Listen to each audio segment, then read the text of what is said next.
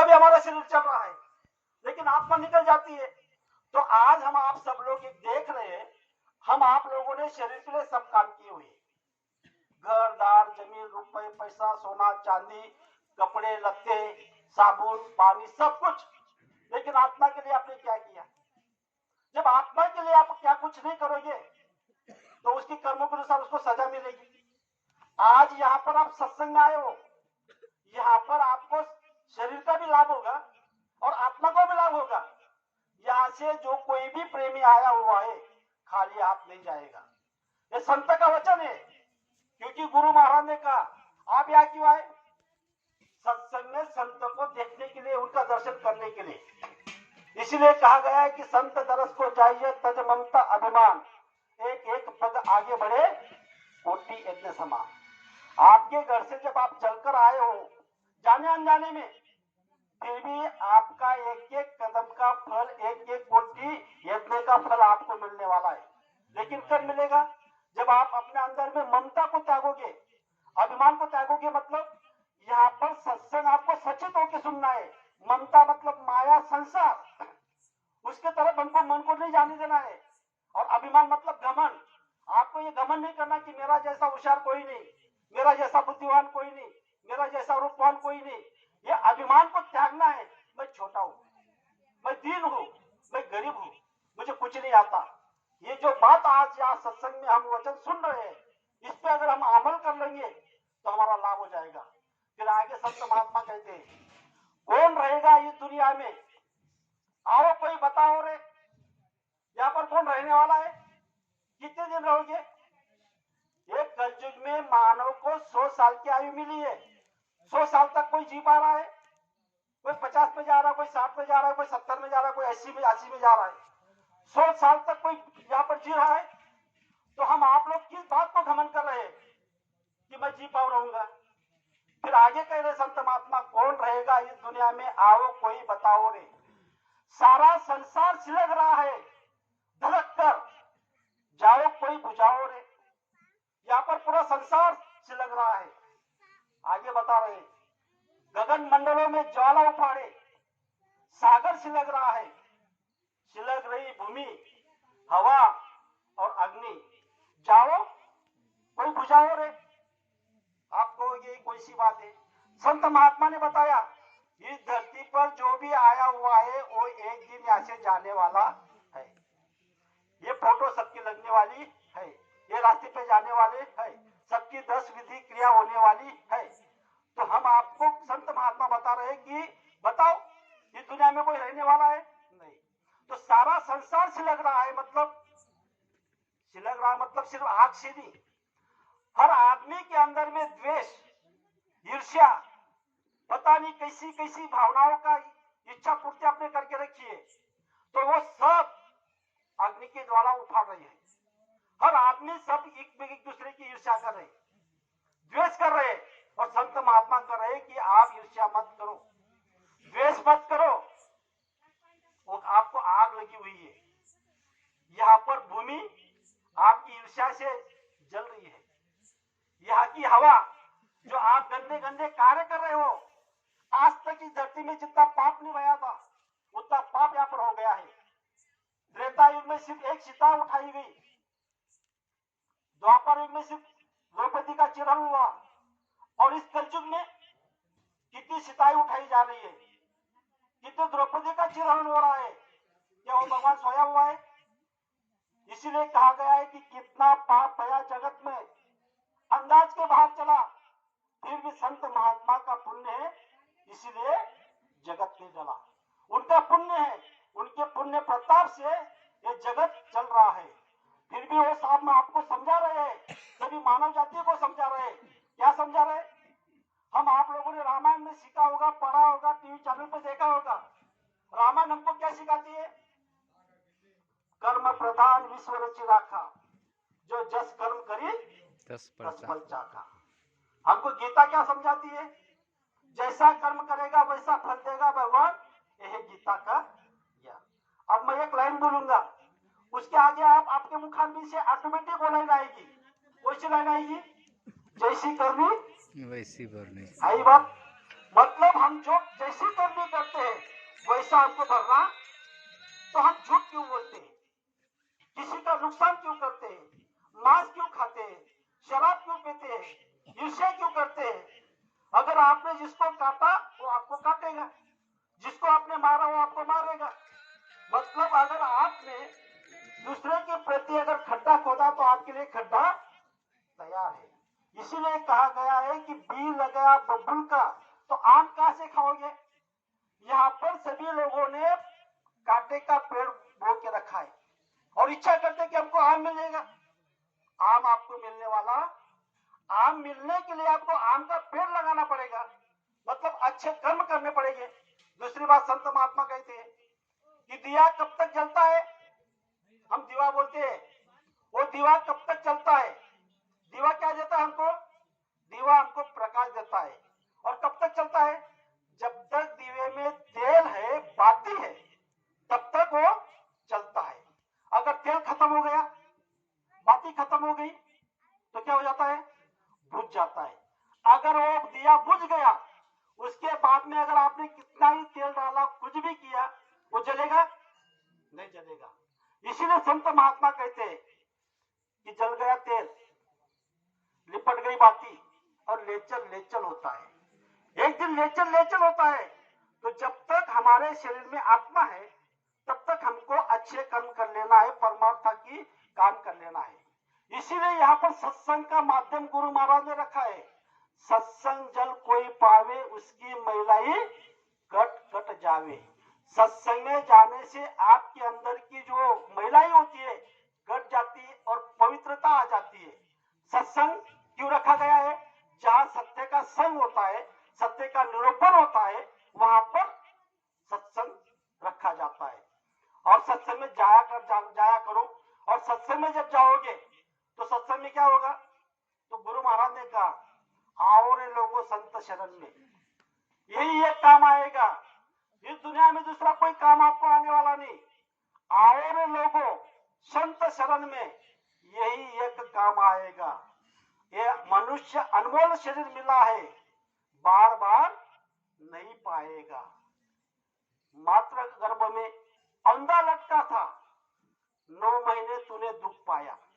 जब तू तेरे माँ के गर्भ में था, उस समय उस परम पिता को तूने विनती की, ये परम पिता, ये परमात्मा, मुझे इस अंधेरी कठोरी से बाहर निकाल, इस गंदगी से बाहर निकाल। मैं जब बाहर निकलूंगा तो मैं तुम्हारा स्मरण करूंगा, तुम्हारा ध्यान करूंगा, तुम्हारा भजन करूंगा। जब उस परम पिता ने आप पर तरस खाई, तब आप कहीं 9 महीने के बाद आपके माँ के गर्भ से बाहर निकले। जैसे ही तो बाहर निकल गया तो यार इस आपके तूने क्या किया, ऐसे मकान बांधे। कैसे बांधे, मकान मकान बांधे, माल खजाना, वाहन, कपड़े लत्ते, खेत जमीन, रिश्तेदार, पता नहीं तू कैसा कैसा घमंड कर रहा है। और सबको बता रहे देखो ये मेरा महल, ये मेरा बंगला, ये मेरा घर। और संत महात्मा क्या कहते हैं, माटी चुन चुन महल बनाया। और संत महात्मा लोग कहते हैं ये घर मेरा। और संत महात्मा क्या कहते हैं, नागर तेरा नागर मेरा।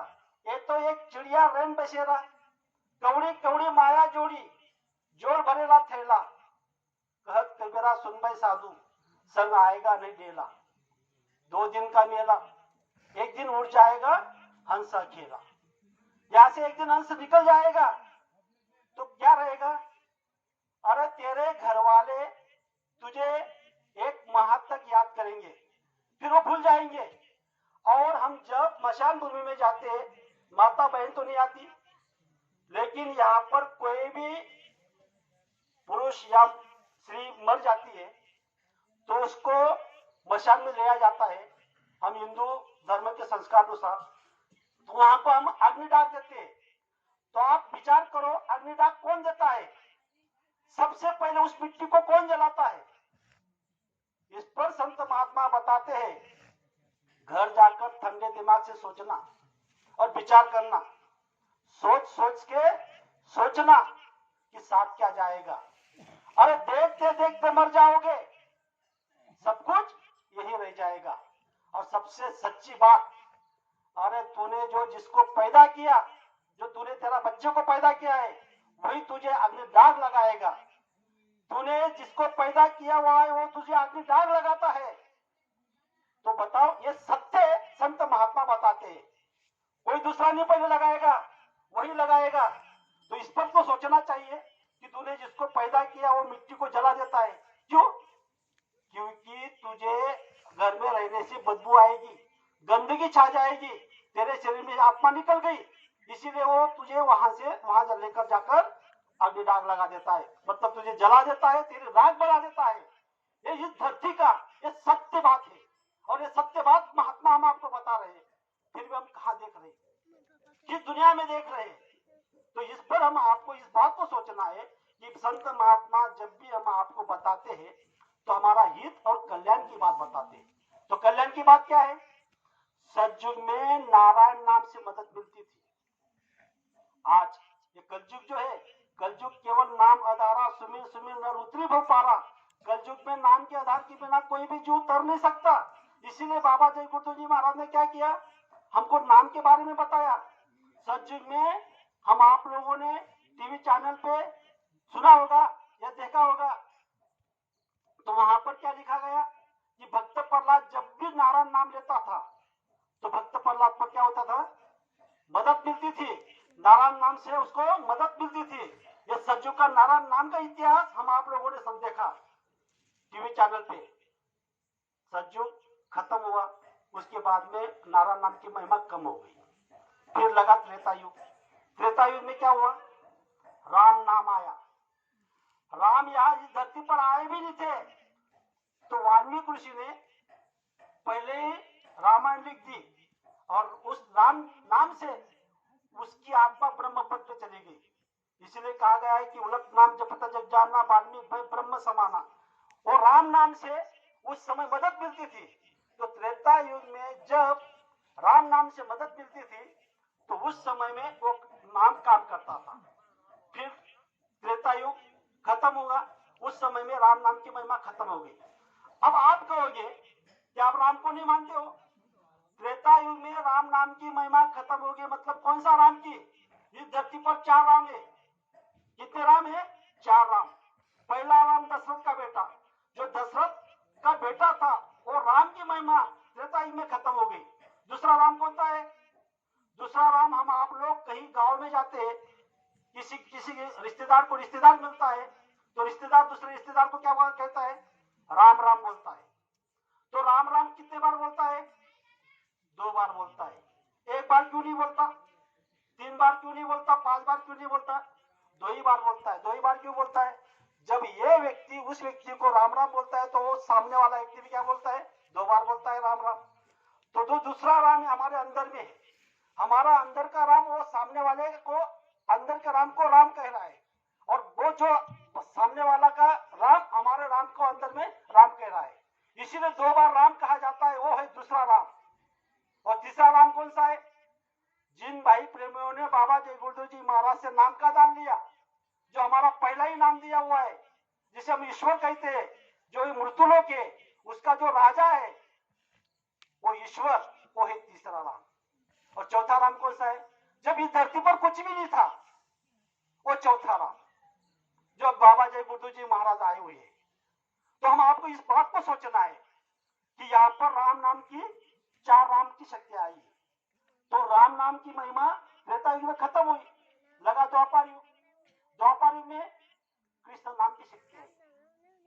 राम नाम की शक्ति क्यों नहीं आई? क्योंकि उस समय में नाम बदल दिया, और द्रौपदी ने किसको पुकारा? कृष्ण भगवान को पुकारा। क्यों? राम को मानती नहीं थी, नारायण को मानती नहीं थी। वो जानती थी कि इस समय में इस धरती पर कृष्ण नाम की शक्ति काम कर रही है, इसीलिए उन्होंने कृष्ण नाम को पुकारा।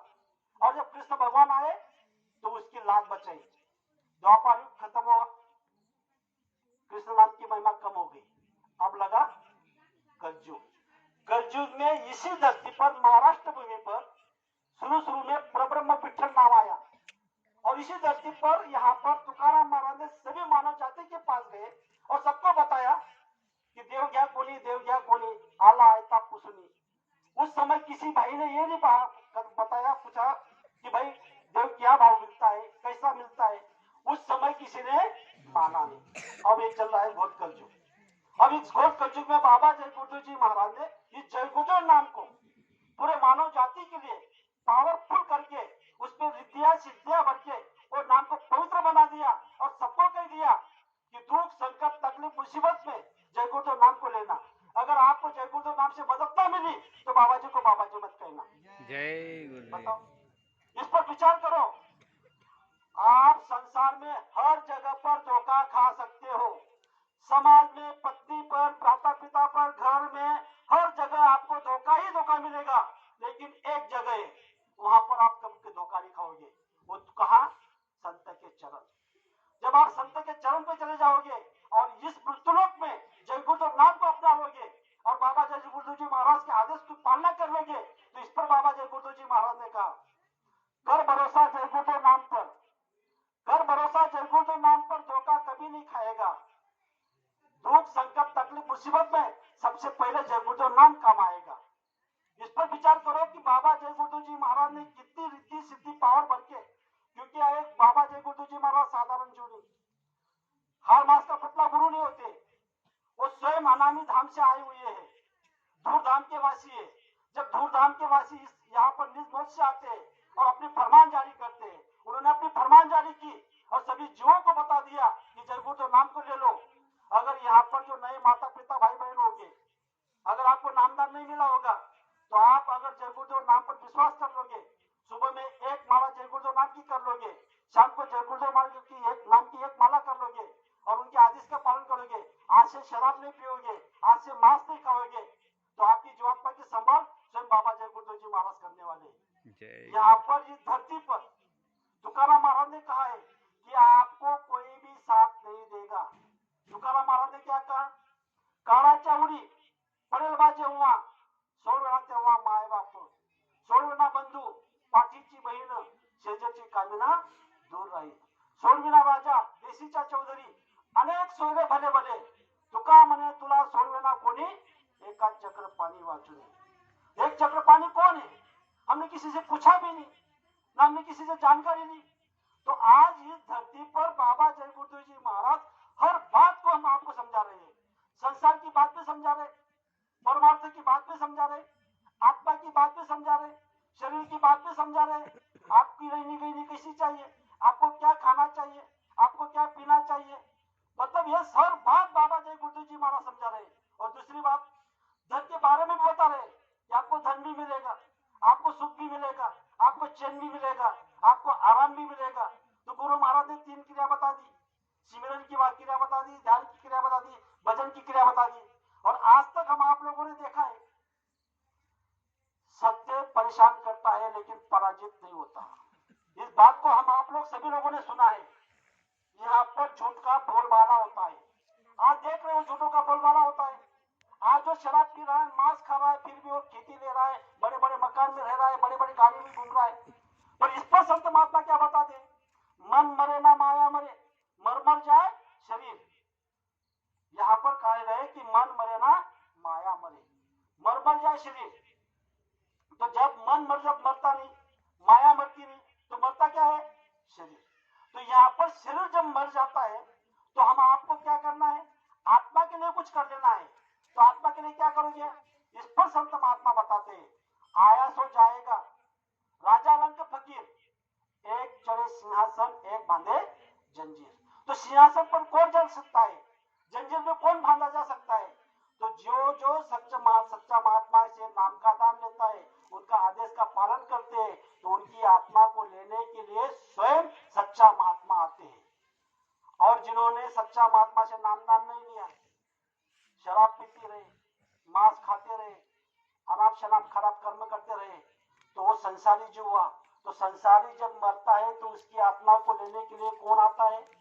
यमदूत आता है, यमदूत। और जब यमदूत आता है तो यमदूत आपको घिसट कर लेकर जाता है। जब आपके शरीर में से आत्मा निकालता है तो प्राणों को निकालता है, ताड़ ताड़ आवाज आती है, उसको कोई रहम नहीं होती।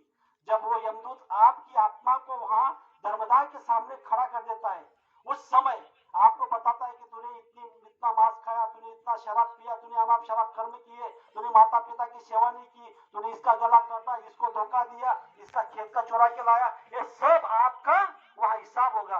तो हिसाब क्या होगा? दोनों हाथों में चित्रगुप्त बैठे हुए हैं, एक अच्छे कर्म लिख रहा है और एक बुरा कर्म लिख रहा है। इतना ही नहीं, हमारे दोनों आंखों के बीच में जो आत्मा है उसके पीछे एक कैमरा फिक्स है। जब वहां धर्मदाय के सामने तू बोलेगा कि ये मैंने नहीं किया, उस समय आपकी फिल्म वहां आपकी रील दिखाई जाएगी। आप वहां देखोगे आपने किसके साथ में कितना धोखा किया, किसके साथ में कितना खराब काम किया, कितना अन्याय किया, कितना व्यभिचार किया, कितना भ्रष्टाचार किया, ये सब आपके सामने दिखाया जाएगा। किससे पैसा लिया, किसको नहीं दिया, लिया तो दिया नहीं, मतलब हर चीज को वहां पर रील आपकी दिखाई जाएगी। उस समय में आपके आंखों में से आंसू निकलेंगे। उस समय आपको याद आएगा कि हम उस गांव में गए थे, कठोर बोरगांव में, वहां पर बाबा जय गुरुदेव जी महाराज के वचन सुनाए गए। उस समय अन्ना जी ने हमको संकल्प दिया, हमने संकल्प नहीं लिया। अगर उस समय संकल्प लिया होता, बाबा जय गुरुदेव जी महाराज की बात को माना होता, तो हमारी आत्मा की सफल बाबा जय गुरुदेव जी महाराज ने कर ली होती। तो हम आपको इस बात को सोचना है। तो आज के दिन इस समय में मैंने आपके सामने दो शब्द रखे। हो सकता है कहने में एक शब्द नहीं बोलना चाहिए था, तो आप मुझे आपका छोटा बेटा छोटा भाई समझ के माफ करना। और सभी लोग तो मैं हाथ जोड़ के विनती करना चाहता हूँ, आपके पास में सुनहरा मौका आया हुआ है, अभी भी समझ जाओ। अगर इस बार अगर आप समझ जाओगे तो आपकी समझदारी हो जाएगी, होशियार हो जाएंगे। आज से आपके घर में ना मांस आने देना है, ना पकाना है, ना उसको खिलाना है, ना किसी को शराब पिलाने के लिए आपको ये करना है। यहाँ पे जो माता बहन आई हुई है, आप चाहे तो बाबा जय गुरुदेव जी महाराज ने कहा कि आपके घर के पति को बंदर जैसा नचा सकते हो। आपके पास में बहुत ताकत है, तो आप अगर आपके घर को स्वर्ग बना सकती है। तो आज से आप इस बात को नोट कर लो, आपके घर में मांस नहीं आना चाहिए। और कोई शराब पीता है तो उसको हाथ जोड़ के विनती करना चाहिए कि संत महात्मा बताते हैं कि नरक में चला जाएगा। प्रेम से बताना है, झगड़ा करके नहीं बताना है। तो प्रेम से बताओगे। और दूसरा, बाबा जी ने भी ये भी बताया कि जब आप खाना बनाओगे तो जय गुरुदेव नाम को रखते रहना, परसों के तो जय गुरुदेव नाम को रखते रहना। तो जय गुरुदेव नाम में पावर आ जाएगी। आपका पति शराब पिएगा तो शराब छोड़ देगा, मांस खाएगा तो मांस छोड़ देगा। इतनी पावर इस जय गुरुदेव नाम पर आई हुई है। तो मैं आज के दिन इस समय में दो शब्द रखे, कहने के लिए बहुत कुछ है, चुप बोल की क्षमा चाहता हूँ। सब लोग प्रेम से बोलेंगे, जय गुरुदेव।